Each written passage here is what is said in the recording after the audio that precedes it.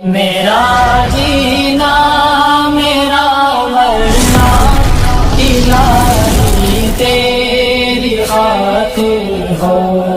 اعوذ باللہ من الشیطان الرجیم، بسم اللہ الرحمن الرحیم۔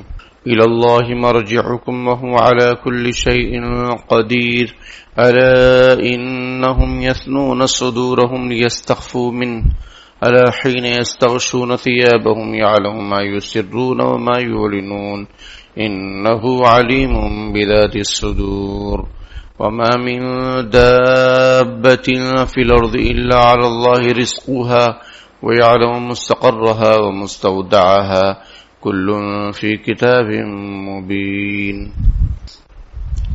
بات یہ چل رہی تھی کہ اللہ تعالی سے معافی مانگو، توبہ کرو اور اس کی طرف متوجہ رہو، چونکہ آج کل رمضان المبارک کا مہینہ چل رہا ہے، لوگوں پر اچھے اثرات رہتے ہیں، دل نرم رہتے ہیں، اللہ تعالی سے معافی تلافی کا بہت بڑا جذبہ ہر دل میں موجود رہتا ہے۔ ہر کوئی یہ چاہتا ہے کہ میرا معاملہ اللہ تعالیٰ سے کلیئر ہو جائے، لیکن یاد رکھنا چاہیے کہ یہ معافی تلافی کی کچھ شرائط ہیں، کچھ اصول اور ضابطے ہیں، توبہ کے شرائط ہیں۔ توبہ کی 4 شرطیں ہیں۔ پہلی شرط یہ ہے کہ جو گناہ کیے ہیں اس پر شرمندگی ہو، جو گناہ کیے ہیں اس پر شرمندگی ہو۔ نمبر 2، آئندہ نہ کرنے کا پختہ ارادہ ہو کہ آئندہ ہم سے یہ کمی کوتاہی نہیں ہوگی۔ اور تیسری شرط یہ ہے کہ اس گناہ سے بھی نکل جائیں، اپنے آپ کو اس گناہ سے دور کریں۔ یہ نہیں کہ جوئے کے اڈے پہ جا رہے ہیں، توبہ بھی کر رہے ہیں، آئندہ نہ کھیلنے کا پختہ ارادہ بھی ہے، لیکن اڈا نہیں چھوڑ رہے ہیں، دوست احباب وہ نہیں چھوڑ رہے ہیں جو برائی کی طرف لے جاتے ہیں۔ تو برائی سے کیسے بچیں گے؟ 1 دن بچ جائیں گے، 2 دن بچ جائیں گے، تیسرے دن پھر من چاہے گا، دل چاہے گا کہ لوٹری لگا لیتے ہیں، ہو سکتا ہے رمضان کا مہینہ ہے سکسیس ہو جائیں، افطار کے وقت کی دعا قبول ہوتی ہے تو ہو سکتا ہے کوئی دعا قبول ہو جائے۔ تو اس طرح سے کام نہیں چلے گا۔ پہلی شرط کیا ہے توبہ کی؟ جو گناہ ہوا ہے اس پر دل سے شرمندہ۔ حدیث شریف میں ہے الندم توبۃ، دل میں شرمندگی ہونا ہی توبہ ہے۔ یعنی توبہ کی ایک شرط ہے کہ آدمی کو یہ احساس ہو کہ میں نے غلط کیا۔ آپ کہیں جا رہے ہوں، اللہ تعالی حفاظت فرمائے، کسی کی ٹھوکر لگ گئی، اس نے بہت عاجزی سے سوری کہا تو آپ کا غصہ ختم ہو جائے گا۔ لیکن وہ آنکھ دکھا کے سوری بولے تو وہ اپنے کیے پر اس کو افسوس نہ ہو، بلکہ وہ آپ کو ڈرا دھمکا کر سوری بولتا ہے یا بولتا نہیں ہے تو آپ کو اور غصہ آئے گا۔ تو بھائیوں، توبہ کی 3 شرطیں، یہ آئی نا بات؟ اللہ سے معافی مانگو، پھر اس کی طرف متوجہ رہو۔ تو معافی کیسے؟ پہلی شرط، جو کچھ ہوا ہے اس پر دل سے رنجیدہ اور شرمندہ ہوں۔ نمبر 2، آئندہ نہ کرنے کا پختہ ارادہ ہو کہ آئندہ بالکل نہیں کریں گے، پختہ دل سے۔ اور تیسری شرط یہ ہے کہ اس گناہ سے اپنے آپ کو دور کرو۔ میں مثال دیتا ہوں کہ 5 کا سکہ اگر نالی میں گرا ہے تو اس کو پاک کرنے کا طریقہ یہ ہے کہ اس کو باہر نکالو اور 1 گلاس پانی ڈال دو، صاف ہو جائے گا۔ اور نالی میں ہی چھوڑے رکھو اور پانی پہ پانی بہاتے جاؤ، وقتی طور پر صاف ہوگا، پھر کچرا آئے گا، پھر گندا ہو جائے گا۔ ماحول سے نکلنا بہت ضروری ہے، بہت ضروری، یعنی بہت ضروری۔ ماحول کا اتنا اثر پڑتا ہے آدمی کی طبیعت پر کہ مت پوچھیے، بہت زیادہ اثر پڑتا ہے۔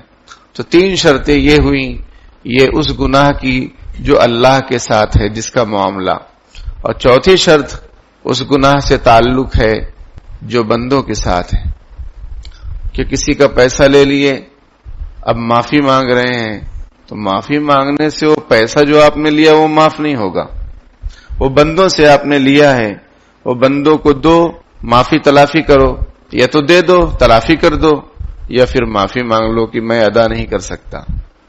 وہ سچے دل سے سامنے والا معاف کر دے تو آپ کا معاملہ کلیئر ہو جائے گا.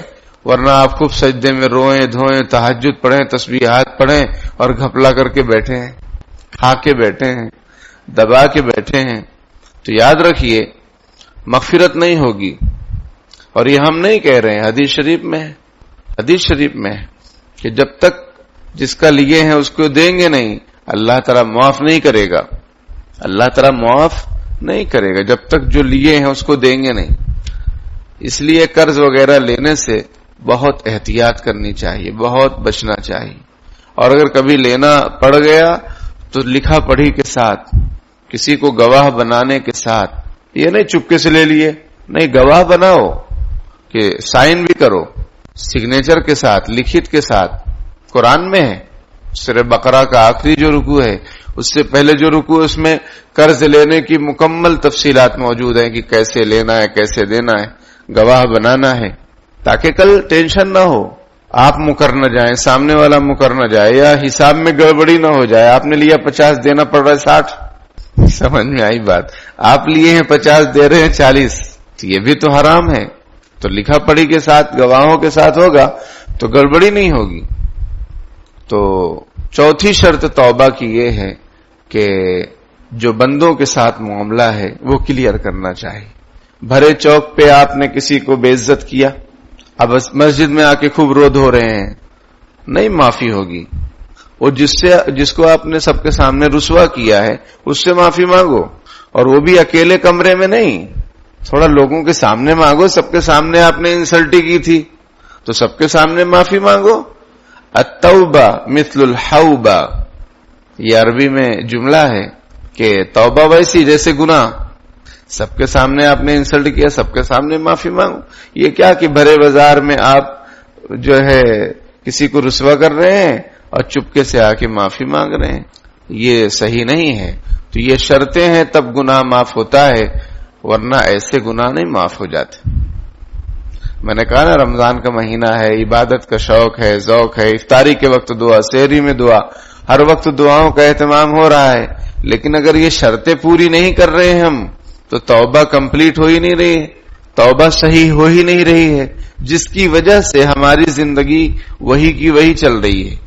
جو پرانی تھی وہی, کوئی تبدیلی آئی نہیں رہی. رمضان کتنے آ کر گزر گئے, نئے سال کتنے آئے, لیکن ہم لوگ وہی پرانے ہی ہیں. تو یہ شرائط کا لحاظ رکھیں گے تو انشاءاللہ زندگی بدل جائے گی, زندگی بندگی ہو جائے گی. اور پھر اللہ تعالیٰ کی طرف توجہ رکھو, اللہ تمہیں خوش عائشی عطا فرمائے گا تمہاری زندگی میں. سمجھ میں آئی بات؟ خوش عائشی یعنی جو کچھ کمائیں گے اسی میں اتنی برکت, اتنا سکون, اتنا چین کہ بڑے بڑے مالداروں کو نصیب نہیں. خوش عائشی کا مطلب یہ یعنی بہترین زندگی, جس کا ترجمہ میں نے کل کیا تھا. لوگ بھاگتے رہتے ہیں لگژری لائف چاہیے, لگژری لائف چاہیے, لیکن لگژری میں ہی سفر ہوتا رہتا ہے, لائف تو ملتی نہیں ہے. تو کیوں نہیں ملتی؟ کیونکہ اللہ میاں نہیں دے رہے نا بھائی. اللہ دیں گے تو لگژری لائف, پھر آپ رکشے میں بھی سفر کریں گے تو آپ کو لگژری کا مزہ آئے گا. یہ اللہ تعالیٰ وعدہ فرما رہے نا, یمتعکم متاعا حسنا الی اجل مسمی, پھر آخرت میں پھر اور بے حساب اجر و ثواب. اور اگر روگردانی کرو گے, نافرمانی کرو گے تو پھر اللہ کا عذاب بڑا سخت ہے. الی اللہ مرجعکم, تم سب کو اللہ کے پاس جانا ہے. وَهُوَ عَلَى كُلِّ شَيْءٍ قَدِيرٌ, اور وہ ہر چیز پر پوری قدرت رکھتا ہے. یہ عقیدہ آخرت مسلمانوں کا ایسا عقیدہ ہے جو دوسری قوموں کے پاس نہیں ہے. عقیدہ آخرت یہ اللہ کے پاس جانے والا عقیدہ, اور پھر حساب کتاب دینے والا عقیدہ. اس کی وجہ سے مسلمان ڈرتا ہے, گھبراتا ہے ظلم و ستم کرنے سے, کسی کا حق دبانے سے. سمجھ میں آئی بات؟ تو اس لیے اس کا خیال رکھیں کہ ہم سب کو اللہ کے پاس جانا ہے, اور وہ ہر چیز پر قادر ہے. ہر چیز پر قادر ہے کا مطلب یہ ہے کہ اللہ تعالیٰ نے ہم کو پیدا کیا اپنی قدرت سے, دوبارہ بھی پیدا کریں گے, دوبارہ بھی اٹھائیں گے, پھر حساب کتاب لیں گے, پھر جنت یا جہنم کا فیصلہ ہوگا. تو یہ سب ہوگا, بالکل ہوگا, کیونکہ وَهُوَ عَلَى كُلِّ شَيْءٍ قَدِيرٌ, اللہ ہر چیز پر پوری قدرت رکھتا ہے. ہم کو بغیر اگزامپل کے اللہ نے پیدا کر دیا, بغیر سیمپل کے ہم کو بنایا, تو مرنے کے بعد دوبارہ زندہ کیوں نہیں کر سکتے ہیں؟ جبکہ ہمارا پورا سیمپل موجود ہے. تو یہ سوچنے کی بات ہے. لوگ کہتے ہیں مر گئے ختم. مر گئے ختم نہیں، مر گئے شروع. کیا شروع؟ القبر روضۃ من ریاض الجنہ او حفرۃ من حفر النار. قبر یا تو جنت کے باغیچوں میں سے ایک باغیچہ ہے یا جہنم کے گڑھے میں سے ایک گڑھا ہے. اب آپ کا کام ڈاؤن شروع ہو گیا. اگر اعمال اچھے ہیں قبر جنت کا باغیچہ، اور اگر اعمال برے ہیں تو جہنم کا گڑھا. سوال یہ ہے کہ ابھی حساب کتاب ہوا نہیں ہے اور قبر میں عذاب اور ثواب کا سلسلہ کیسے شروع ہو گیا؟ آپ کو معلوم ہے اچھی طریقے سے کہ جب سفر کرنا ہوتا ہے تو جیسا ٹکٹ ہوتا ہے، جیسا سفر ہوتا ہے، جیسی سواری ہوتی ہے، پلین ہے، ٹرین ہے، اسی حساب سے ویٹنگ روم رہتا ہے. سمجھ میں آئی بات؟ چالو کا ٹکٹ ہے تو آپ اسپیشل ویٹنگ روم میں ٹھہر نہیں سکتے ہیں، اور اگر آپ کا ایروپلین کا ٹکٹ ہے تو بہترین لاج میں موج کرو، تھوڑا فری بھی رہتا ہے. سمجھ میں آئی بات؟ کاجو بادام کھاتے رہو اور کولڈ ڈرنک پیتے رہو، تو وہ کیوں؟ اس لیے کہ آپ نے بہت لمبا فیئر کیا ہے. سمجھ میں آئی بات؟ تو جیسا سفر ویسا ویٹنگ روم، تو جیسا ہمارا اعمال نامہ ویسا قبر کا معاملہ، کیونکہ ویٹنگ ہے نا، وہاں سے پھر جانا ہے جنت میں انشاءاللہ. تو جیسے اعمال ہوں گے ویسا پھر ویٹنگ روم. آگے دیکھیے، الا انہم یثنون صدورہم لیستخفوا من. یاد رکھو کہ وہ لوگ دوہرا کیے دیتے ہیں اپنے سینوں کو اور اوپر سے کپڑا لپیٹ لیتے ہیں، لیستخفوا من، تاکہ اپنی باتیں اس سے یعنی خدا سے چھپا سکیں. الا حین یستغشون ثیابہم.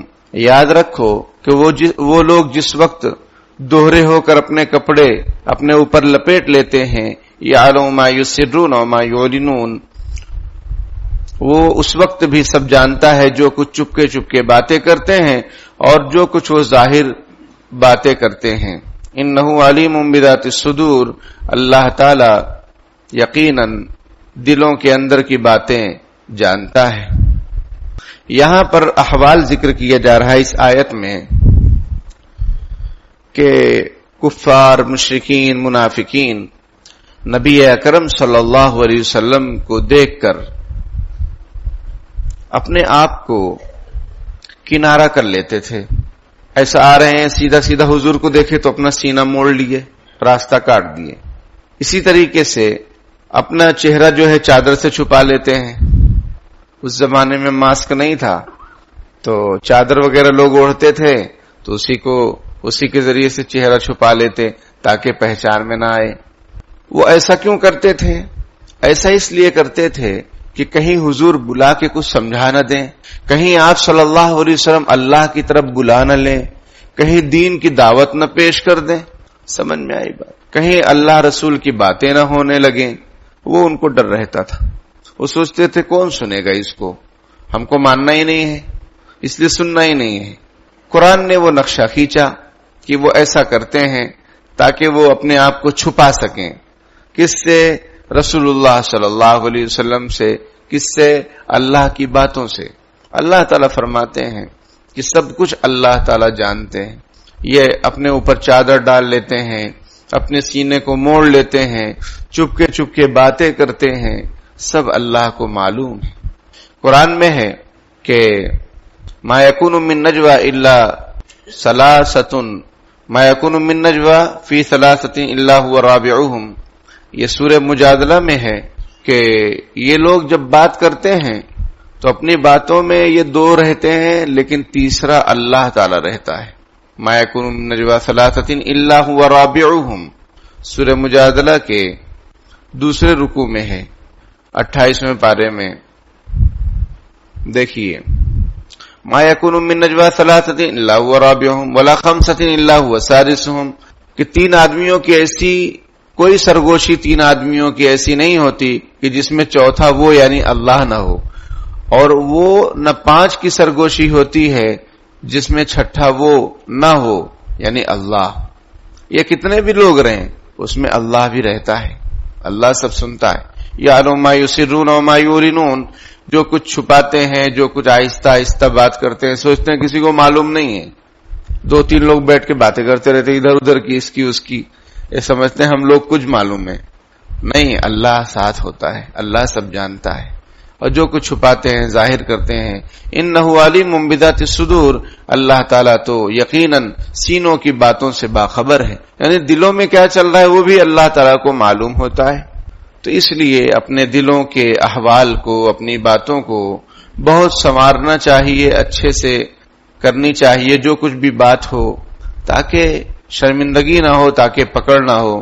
حضرت شیخ الاسلام مفتی محمد تقی عثمانی دامت برکاتہم یہ فرماتے ہیں کہ جب تم کوئی گفتگو کرو تو یہ سوچو کہ مجھے کسی عدالت میں اس کو اگر اس کے بارے میں صفائی دینی پڑے تو مجھے شرمندگی نہ ہو. تو آخرت کی ایک عدالت ہے، اللہ کے سامنے بھی حساب دینا ہوگا، پیش ہونا ہوگا. تو آدمی ایسی کوئی بات نہ کرے، چراکارے کند عاقل کی باز آیت پشیمانی. عقل مند آدمی ایسا کام کیوں کرے کہ بعد میں اس کو شرمندگی اٹھانی پڑے. اس لیے پہلے تولو پھر بولو، سوچ سمجھ کر بولو کہ میری بات سے کوئی نقصان تو نہیں ہوگا، کسی کی دل شکنی تو نہیں ہوگی، کسی کا دل تو نہیں ٹوٹے گا، اور کوئی فتنہ تو نہیں ہوگا، کوئی انتشار تو نہیں ہوگا. یہ نہیں کہ جو کچھ منہ میں آئے آدمی بکتا رہے تو پھر اس سے لڑائی جھگڑے ہوتے ہیں، انتشار ہوتے ہیں، کیس بک ہو جاتے ہیں. اس لیے بہت احتیاط سے کام لینے کی ضرورت ہے، اور اپنے دلوں کو بہت سنوارنے کی ضرورت ہے کہ دلوں میں برے برے خیالات، اللہ تعالیٰ دیکھتے ہیں دلوں کے احوال کو. اس لیے ذکر فکر کرنا چاہیے، ہر وقت چلتے پھرتے اٹھتے بیٹھتے تسبیحات پڑھنی چاہیے، درود شریف پڑھنا چاہیے. لا الہ الا اللہ کی کثرت کرنے کا رمضان میں حکم دیا گیا ہے، استغفار کثرت سے پڑھنے کا رمضان میں حکم دیا گیا ہے. تو اس سے کیا ہوگا، جب ہم ذکر کریں گے تو ہمارا دل اور دماغ نورانی ہوں گے، اور اگر ذکر فکر نہیں کریں گے تو نفس و شیطان کے حملے ہوتے رہیں گے، آدمی بھی پریشان رہے گا اور برے برے خیالات بھی آتے رہیں گے. اللہ تعالیٰ عمل کی توفیق دے، آمین. وآخر دعوانا الحمدللہ رب العالمین.